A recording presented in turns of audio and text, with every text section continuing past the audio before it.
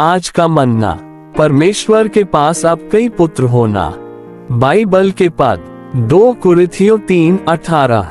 परंतु जब हम सब प्रभु की महिमा को निहारते हैं, हम उसके स्वरूप में रूपांतरित होते जाते हैं। रोमियो 8:19। सृष्टि बड़ी आशा भरी दृष्टि से परमेश्वर के पुत्रों के प्रकट होने की बात जोह रही है।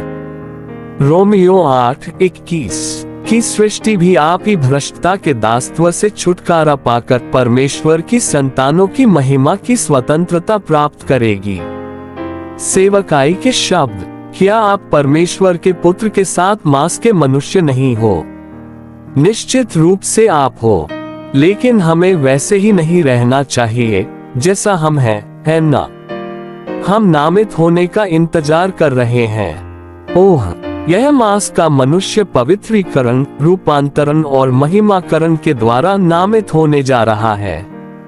आज अगर हम लोगों को बताते हैं कि हम परमेश्वर के पुत्र हैं, तो वे सोचेंगे कि हम मानसिक रूप से व्याकुल हैं। फिर भी वह दिन आ रहा है। रोमियो की पुस्तक इस दिन को परमेश्वर के पुत्रों की महिमा के प्रकाशन या प्रकटीकरण के रूप में संदर्भित करती है, जिसमें हम परमेश्वर के पुत्रों के रूप में महिमा में नामित किए जाएंगे। हमें घोषणा करने की कोई आवश्यकता नहीं होगी। सहज रूप से हम परमेश्वर के पुत्रों के रूप में नामित किए जाएंगे।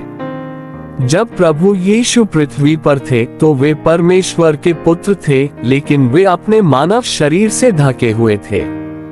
एक दिन पर्वत पर वह अनावृत हुए और प्रकट हुए परमेश्वर के पुत्र की महिमा, जब उनका चेहरा सूर्य की तरह चमक उठा। मत्ती 17:1-2। हमारे साथ भी ऐसा ही है। हालांकि हम परमेश्वर के पुत्र हैं, फिर भी हम एक पर्दे के नीचे हैं। एक दिन ये पर्दा हट जाएगा, वह हमारा महिमाकरण होगा। परमेश्वर के सभी पुत्र पर्दे के नीचे से बाहर आएंगे और प्रकट होंगे। तब पूरा ब्रह्मांड परमेश्वर के पुत्रों को देखेगा। आमीन।